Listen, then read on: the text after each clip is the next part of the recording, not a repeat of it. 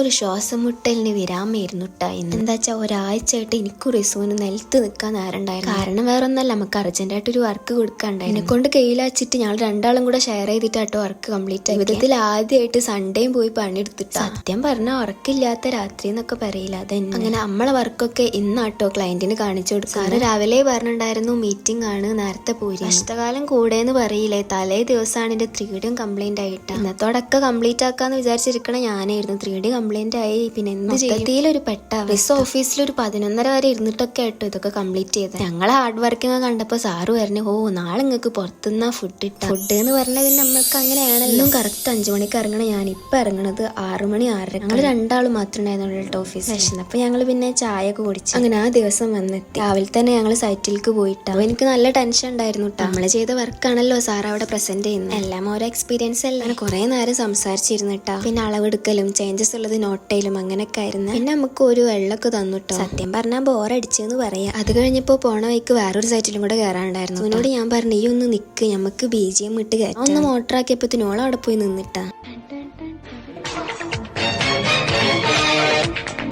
അത് കഴിഞ്ഞിട്ട് ഫുഡ് കഴിക്കാനായിട്ട് കയറിയ സാറ് പറഞ്ഞ് നല്ല അടിപൊളി സ്പോട്ട് ഉണ്ട് നാടൻ ചോറിന്റെയും. എനിക്ക് ഇൻട്രസ്റ്റ് നാടൻ ചോറായിട്ട് പിന്നെ നമുക്കത് കുഴപ്പമില്ലായിരുന്നു. സംഭവം ഒരു ചെറിയ സെറ്റപ്പ് ഒക്കെ ആയിട്ട്, പക്ഷെ ഫുഡ് ഒരു രക്ഷയില്ല. ചോറും കറിയും ഉപ്പേരും അടിപൊളി മത്തി ഫ്രൈ ഒക്കെ ആയിട്ട് ഒരു ബിരിയാണി ഒക്കെ പ്രതീക്ഷിച്ചിട്ടാണ് പോയത്. കണ്ടപ്പോഴും ചെറുതായിട്ടൊന്ന് ഫുഡ് കഴിച്ചപ്പോ റാത്തായിട്ടാ. ശേഷം വരുന്നത് പടിഞ്ഞാറങ്ങാടിയിലാണ്. ഉള്ളിൽ എല്ലാം കഴിഞ്ഞ് ഓഫീസിൽ എത്തിയപ്പോഴേക്കും ഞങ്ങൾ രണ്ടാളും തളർന്നിട്ടാ. ഒന്നാമത് നല്ല വെയിലായിരുന്നു. ലാപ്പ് കംപ്ലൈന്റ് ആയതുകൊണ്ട് തന്നെ നമുക്ക് അധികം വർക്കൊന്നും ചെയ്യാൻ പറ്റിയിട്ടുണ്ടായിരുന്നില്ല. അപ്പൊ ഞാൻ എന്റെ ഹാമ്പറിൽക്കുള്ള എഡിറ്റിങ്ങും കാര്യങ്ങളൊക്കെ ചെയ്ത് 5 മണിക്ക് ഞാൻ സ്കൂട്ടായിട്ടാ എപ്പാള് പോയി സാധനങ്ങളൊക്കെ പർച്ചേസ് ആക്കി അങ്ങനെ റിട്ടേൺ വീട്ടിലേക്ക് വന്ന് ഒരു അർജന്റ് വർക്ക് ആയിരുന്നു കേട്ടോ. അപ്പൊ ഇന്ന് തന്നെ ഒക്കെ വാങ്ങിച്ചിട്ട് ഇന്ന് തന്നെ സെറ്റ് ചെയ്ത് ഫോട്ടോ എടുക്കലും ഒക്കെ പാക്ക് ചെയ്യലും ഒക്കെ ഇന്ന് തന്നെ ആയിരുന്നു കേട്ടോ. അതുകൊണ്ട് തന്നെ നല്ല ക്ഷീണം ഉണ്ടായിരുന്നു. കിടന്ന് അപ്പം ഉറങ്ങിപ്പോന്നുള്ള അവസ്ഥയായിരുന്നു. വീട്ടിലെത്തി താത്താൻ്റെ പോയപ്പോൾ താത്ത സ്ക്രഞ്ചീസ് ഒക്കെ ഉണ്ടാക്കുന്നുണ്ട് കേട്ടോ. താത്താന്റെ മോള് മൈലാഞ്ചിടാനൊക്കെ കണ്ട് പഠിച്ചപ്പോ വീട്ടിൽ ഒരാളെ കൈക്ക് ഒഴിവുണ്ടായിരുന്നില്ല. ഇഞ്ച കൈ കണ്ടപ്പോ ഇഞ്ച കയ്യിലിട്ട. അങ്ങനെ ഇന്നത്തെ ഒരു ദിവസമായിട്ട് കഴിഞ്ഞു.